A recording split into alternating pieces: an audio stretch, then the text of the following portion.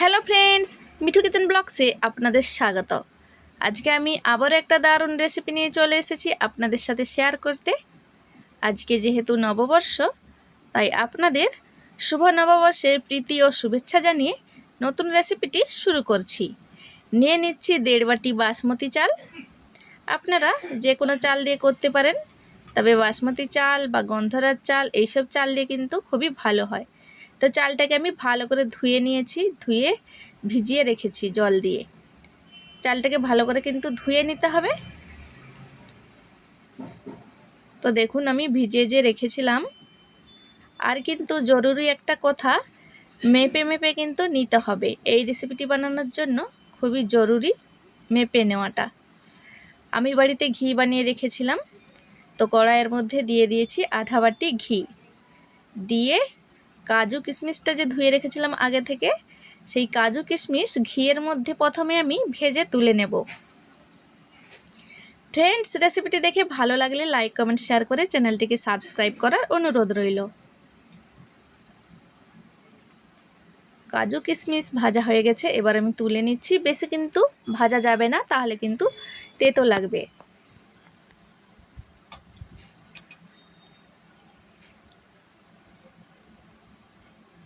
তো তুলে নিচ্ছি আমি। এই রেসিপিটা কিন্তু ঘি দিয়ে করলে দারুণ লাগে। তো সেই ঘিয়ের মধ্যেই আমি দিয়ে দেব 2টো তেজপাতা,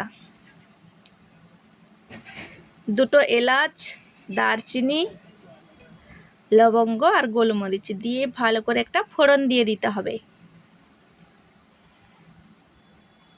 তারপরে যে আমি বাসমতি চালটা ভিজিয়ে রেখেছিলাম, ভালো করে ছেঁকে নিয়েছি। তারপরে কড়াইয়ের মধ্যে দিয়ে ভালো করে নেড়ে চেড়ে নিচ্ছি। ঘিয়ের মধ্যে একটু এভাবে নেড়ে চেড়ে নিলে এর টেস্টটা খুবই ভালো হয়।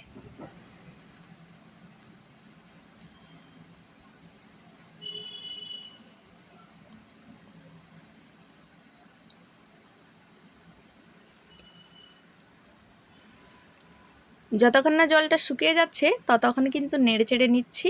আর আমি আগে থেকে 2 ইঞ্চির মতো আদা গ্রেট করে রেখেছিলাম, আদাটাও দিয়ে দিচ্ছি। দিয়ে ভালো করে একটু নেড়ে চেড়ে নিচ্ছি।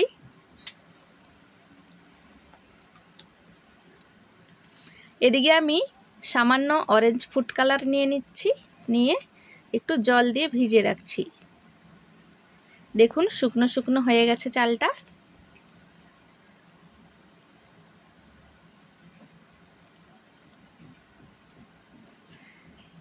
আমি 1.5 বাটি, এই বাটিরই 1.5 বাটি চাল নিয়েছিলাম।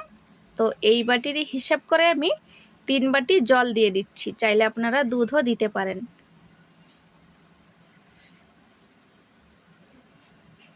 মেপে 3 বাটি জল দিয়ে দিচ্ছি। 1.5 বাটি চালের জন্য 3 বাটি জল লাগবে। তো দেখুন ভালো করে দিয়ে মিশিয়ে নিতে হবে এভাবে। চাইলে আপনারা হলুদটাও দিতে পারেন, আমি এখানে ফুড কালারটা দিয়েছি।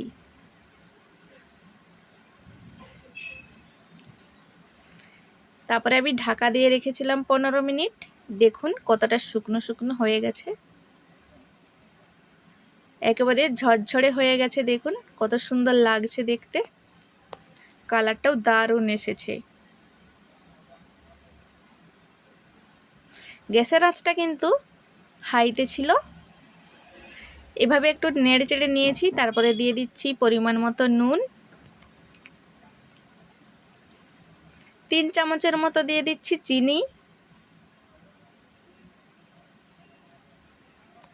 আর ভেজে রাখা কাজু আর কিশমিশ দিয়ে ভালো করে একটু নেড়ে চেড়ে নিতে হবে।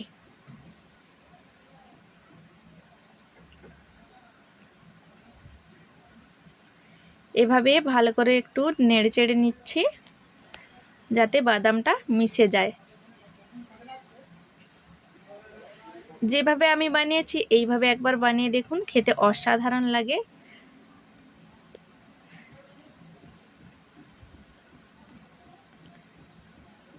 তারপরে আবারও আমি কিছুক্ষণ ঢাকা দিয়ে রেখেছিলাম হালকা আঁচে।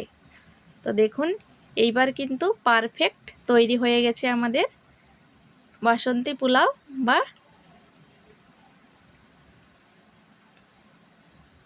বাসন্তী রাইস। ওপর থেকে আমি আরও একটু পেস্তা বাদাম দিয়ে দিচ্ছি কুচিয়ে। তো ভালো করে নেড়ে চেড়ে মিশিয়ে নিয়েছিলাম, তুলে নিয়েছি। তারপর দেখুন এদিকে আমি আগে থেকে এই সব ভাজাভুজি তরকারি করে রেখেছিলাম। উচ্ছে ভাজা, কুঁদরি ভাজা, আলু ভাজা, ভেন্ডির চচ্চড়ি, চাটনি, বিনস ভাজা, আর পাঁপড়ের বদলে ছিল এই চিপসটা ভাজা, মিষ্টি দই। তো সব আমি এইভাবে করে সাজিয়ে নিচ্ছি, একটা প্লেটের মধ্যে ভালো করে সাজিয়ে নিচ্ছি, দেখতেও ভালো লাগবে। তো আমি যেভাবে বাসন্তী পোলাওটা বানিয়েছি আপনারা বাড়িতে অবশ্যই তৈরি করবেন, খেতে অসাধারণ লাগবে। স্পেশাল দিনে স্পেশাল কিছু খেতে ভালোই লাগে। এইভাবে করে আমি পোলাওটা সাজিয়ে দিচ্ছি প্লেটের মধ্যে।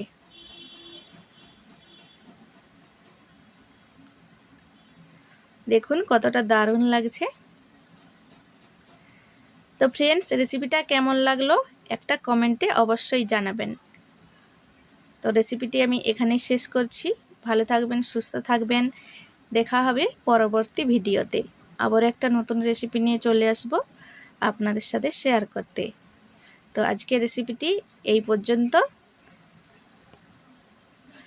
শুভ নববর্ষ সবাইকে।